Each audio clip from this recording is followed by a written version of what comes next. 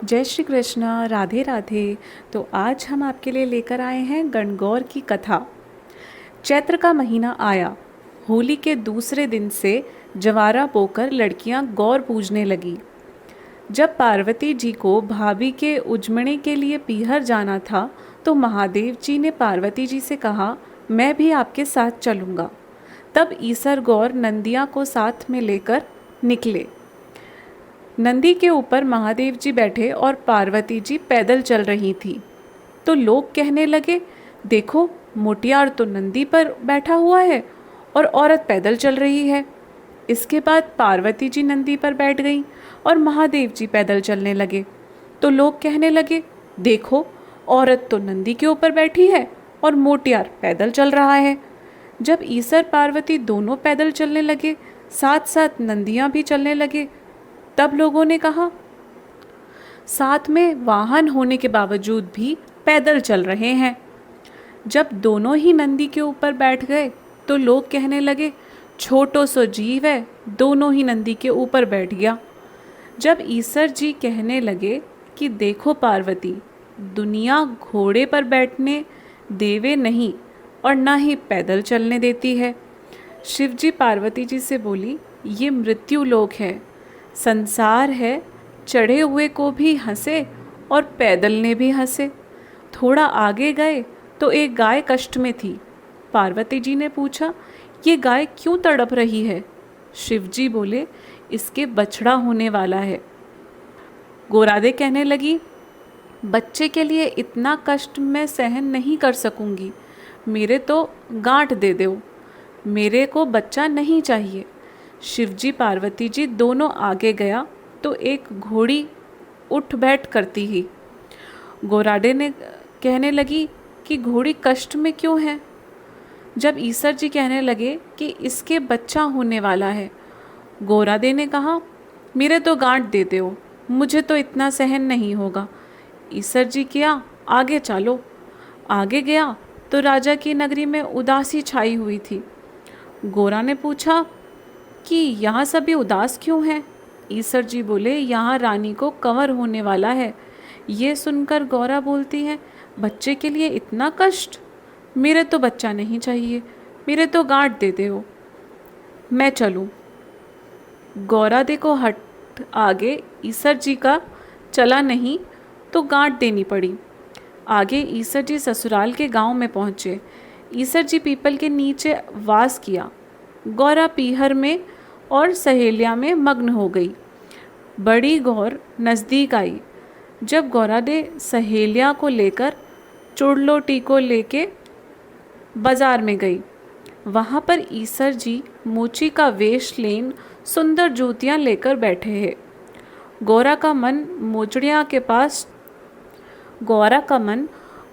के पास चला गया। उस मोची से कहने लगी कि इस जूती का क्या दाम है? जब मोची ने कहा, देख बाई, मैं तो बूढ़ा हूँ, मेरे को तो एक घड़ा भरकर लाके दे दे। गौरा घड़ा लेकर आ जाती हैं और कहती हैं कि जूतियाँ दे दो। मोची बोला कि मेरे 2 रोटी बना दे। गौरा रोटियाँ बना देती हैं और बोली, अब मुझे जूतियों का दाम तो बता दो। मोची बोला, देख भाई, मेरे कोई नहीं है, इतना समझ ले कि मेरे साथ 2 कवा ले ले, यही जूतियाँ का मोल है। गौरा इधर उधर देखकर जल्दी से 2 कवा ले लिया और जूतियाँ लेन घर पर आ गई। जूतियाँ महल में टाँक दी। सिंजारा के दिन ईसर जी पावड़ा आया।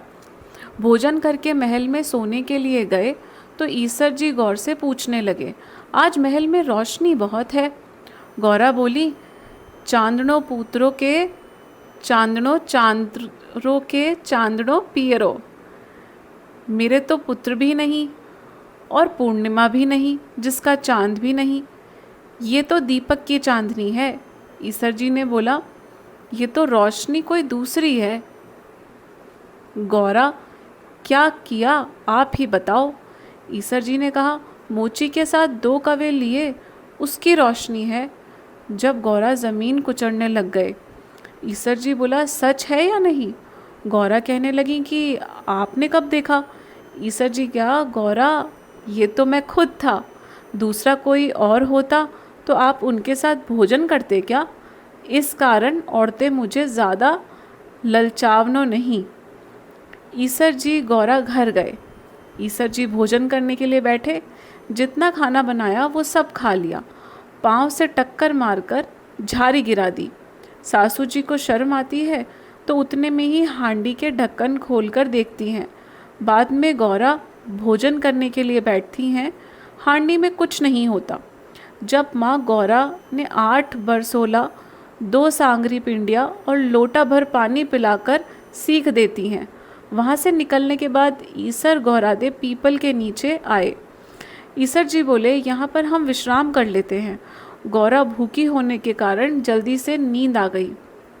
नींद आई तो उसको देखकर ईसर जी पार्वती जी के पेट की ढकनी खोलकर देखे तो 8 बरसोला 2 सागरी पिंडिया और लोटा भर पानी में हिलडुल हो रही है।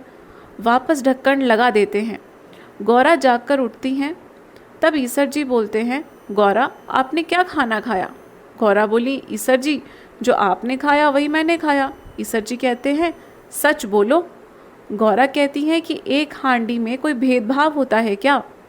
ईसर जी ने गौरा से कहा, आपके पेट में 8 बरसोला 2 सांगरी पिंडिया लोटा भर पानी में ही डुल रहा है। गौरा ने कहा, जैसे मेरे पेट की ढकनी खोलकर देखी वैसे सारे जग की खोलकर मत देखना। देखो, पीहर की बात ससुराल में नहीं करनी चाहिए और ससुराल की बात पीहर में नहीं करनी चाहिए। इतना कहकर आगे निकले। राजा के गांव में आए तो वहाँ ढोल नगाड़े बज रहे थे। बधाइयाँ बट रही थी। आनंद ही आनंद था। गौरा ने पूछा कि आज किस बात का आनंद है? ईसर जी ने बोला, हम यहाँ से गए थे जब रानी कष्ट में थी ना। अब उनके घर लड़का हुआ है, इसलिए यहाँ पर आनंद मौज मनाई जा रही है। जब गौरा बोलती हैं, अब मेरी गांठ खोल दो। ईसर जी बोले, मेरी दी हुई गांठ खुले नहीं। थोड़ा आगे गए कि घोड़ी को बच्चे होने से वहाँ भी खुशियाँ मनाई जा रही थी।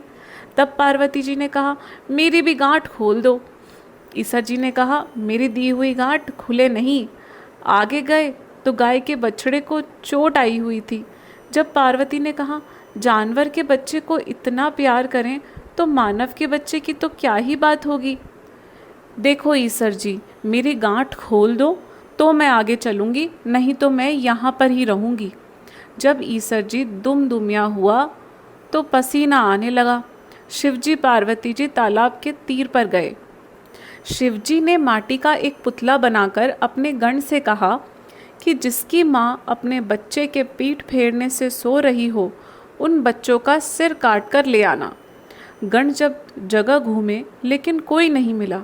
एक हथनी आपके बच्चे से पीठ फेर कर सो रही थी। गण हाथी के बच्चे का सिर काटने के लिए गए। शिवजी उस पुतला पर हाथी के बच्चे को सिर लगायो। पार्वती जी से बोला, ये लो बच्चा। पार्वती जी ने बोला, ऐसा सूंड वाला धुंधलो बेटा तो मेरे को नहीं चाहिए, दुनिया देखेगी तो हंसेगी। शिवजी ने कहा, आज से ही इसका नाम गजानंद है। सब दुनिया संसार में कोई शुभ काम होगा तो सबसे पहले आपका बेटा गजानंद, इसी की पूजा की जाएगी। बाद में दूसरों के काम होंगे, जिससे पूरी दुनिया के आनंद व खुशहाली होगी। पार्वती जी खुश होकर वापस कैलाश पर्वत पर विराज गए। हे पार्वती जी, शिव जी, जैसे आपने सबको आशीर्वाद दिया उसी तरह से सबको सौभाग्य, भाग्य, पुत्र पुत्रीवान करें और अपना आशीर्वाद सब पर बनाए रखें। जय श्री कृष्ण। राधे राधे।